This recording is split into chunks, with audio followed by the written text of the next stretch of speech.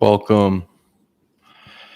Today we're going to be discussing astrology and archetypes and how it can help you realize your destiny in its full totality and understand how to take your consciousness out of the elements as it's been subdued in matter and bringing it up and out of the four elements and becoming cosmic conscious of the first on a planetary level and then in the astrological level, and then finally attaining the celestial state of consciousness, uh, which is the supreme Purusha or seer of the Vedanta. So, by understanding that with initiation, we understand how to read and interpret the symbols, and we understand that all symbols come from nature.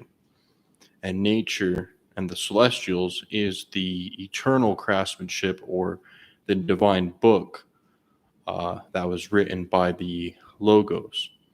Logos, in this sense of being the supreme intelligence of the universe, and was able to uh, imprint all of that into the matrix of the physical realm.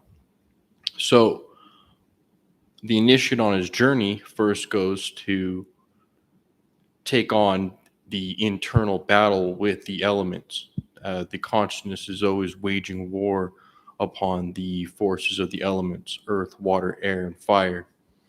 And when we take these elements and we begin to consecrate them, which means casting our conscious attention onto the part of our being that is earth, the part of our being which is water, the part of our being which is air, and the part of our being which is fire. Once we master those elements, we create a personal center or a personal point of consciousness of the Akashic principle, which is the fortifying factor, which is the dissolving coagulate of the four elements in and of themselves, because the four elements actually emanate from the Akash, the fifth element, which is the space, but not only the space, it is the energetic substratum that fills the space. If you look closely to the sides, you can actually see the Akash in video camera as well as in the room around you. All you have to do is look without looking, essentially. By looking without looking, you're able to perceive the subtle etheric realm, which is closely related to the Akash or the space principle. It is the everlasting current of energy that fills the void, essentially the void of space. Now, the space is in regards to the womb of the universal mother, which is impregnated by the creative Purushic force, which then produces all of these identities and different soul variations. So, as the souls descend into the physical realm, it clashes with the matter and the four elements and rages war upon them. Think of the times that your soul's in a physical body, so that could be very limiting, correct? So you could break a bone, you could have various diseases, you could various different harms that could take place against the physical body. And then you have the water principle, right, which is the emotions, the tyranny of the emotion of people can commit heinous crimes based off of unregulated emotion, correct? So those inner emotions can sway us one way or another and actually tempt us to act illogically or irrationally. Then we have the air principle, which is the mind, right? A flighty mind, an airy mind. We know that the mind has been ascribed to the air element, and until you have mastered the air element, you experience the whirlwind of thoughts, the thoughts running rampant, the unable to master concentration on one subject or one thought, or being able to follow your train of thoughts without judgment or without getting lost into them. These are all related to the air initiation stage. Then You move on to fire, which is based on your eternal internal impulses, the creative ability, the potency, the vril. And once you overcome that fire, you're able to temper the powers of Mars, for example, Aries, the pride of the heart, the more infernal, fiery aspects of your consciousness. And in Initiation into Hermetics by Franz Barton, it was said to the first steps of initiation to start with the soul mirrors, which is to put all of your negative qualities and traits in one book, and all of your positive virtues and qualities in another book, and then ascribe elements to them. So pride could be fire, or sloth is it an earthly sloth, or more of a watery, sentimental, sanguine sloth. So getting to know the archetypes and the planets are correct. So first mastering the elements. Once that is mastered, you move on to the second level, which is the uh, mastery of the planetary bodies. So the seven metals, the seven planets, being able to access the various portals of Mercury to be a good communicator, or to bring the jovial energy and abundance of Jupiter, or to have the discipline and fortitude of Saturn, to have the ability to transmute the fiery, anger nature of Mars into something more productive, correct? So anger can be used as a debilitating force, but if it's put for the correct avenue, then Mars becomes almost our best friend, because it is that anger and rage that we actually need to temper our sword so that we can actually make different decisions, instead of repeating the same behaviors and habits. We actually can use that anger to be angry at ourselves or the state of the world, and to begin to make changes rather than just being in the passive state.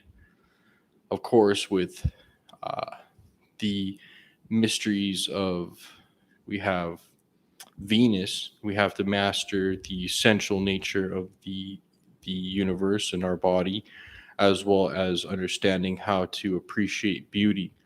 Now, beauty, truth, justice, strength, these are all archetypes that are attributed to the highest, which is the creator on high, the most high, has all of these qualities in a very perfectly balanced state of being. When the souls descend into the physical realm, as we're individuals of that Purushic first force, then they all have our own in particular journey into the four elements, where we acquire various different temperaments based on the time of birth: earth, water, air, fire. Some people are fiery, some people are watery, but then they have different tone boards as well. So just because you have these various planetary ailments or benefits, you still have a soundboard to go off of from the 12 zodiac signs, depending on the planets they're in. So depending on what your specific outlook is based on those temperaments. And if you understand that, then you can direct your destiny by understanding which archetypes rule your subconscious patterns, how to tap in, and how to activate them. So I just wanted to share my screen really briefly. Let's see if I can.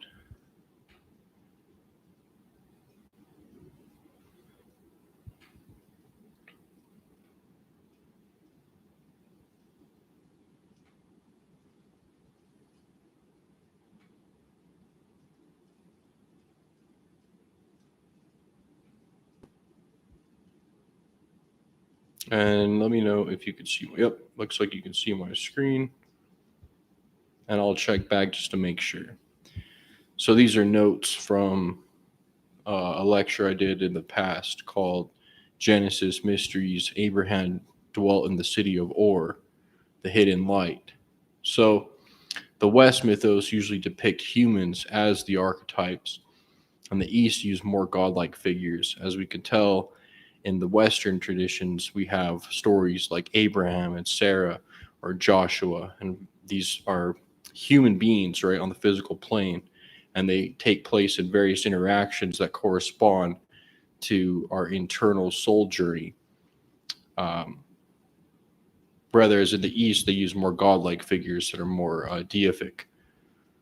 So in the West, story of Abraham, can take it from an astrological point of view and syncretizing the East and West. Abraham being Brahman, Brahma, the creator, representing the individual spirit, the brain, and Sarah, the throat, the feminine aspect. So we have Sarah, the feminine aspect, and we have Abraham, which is the individual spirit. And their main goal is to produce that soul, the child of promise, Isaac. The child of promise is always the neutral force. You always have to have the positive, negative, and the neutral. So you have the father, the mother, and then the activating force, which is always the key aspect within the various esoteric schools. So you have the two pillars, correct, on the tree of life, middle pillar being the Christic principle, the left and right being various imbalances from whether either materialism or ultra spirituality. And I give thanks to Robert Gilbert, great esotericist, bless his journey, bless his heart. He has been a very big help in my individual soul journey, and I was always very good at explaining the balancing of the pillars of the tree of life.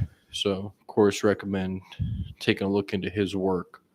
But essentially, taking a look at the story of Abraham dwelling in the city of Ur, and Ur meaning light. So, right there, the Bible already gives you a hint that the city of Ur is actually the transcendental realm. A lot of these stories are talking about pre-incarnation. So, we're actually talking how spirit manifests into various subjects. In the Vedantic aspects of looking at it, you could say there's the self-reflective consciousness, the supreme consciousness, which then creates individual souls, which then have self-reflective consciousness. So you have a part of yourself, as in the Upanishad said, there's two birds on the tree. One is enjoying the fruits on the tree, and the other one is looking past the fruit on the tree and is enjoying just the horizon. This represents the watcher within that is aloof from the phenomenon and the part of you that is partaking in the phenomenon.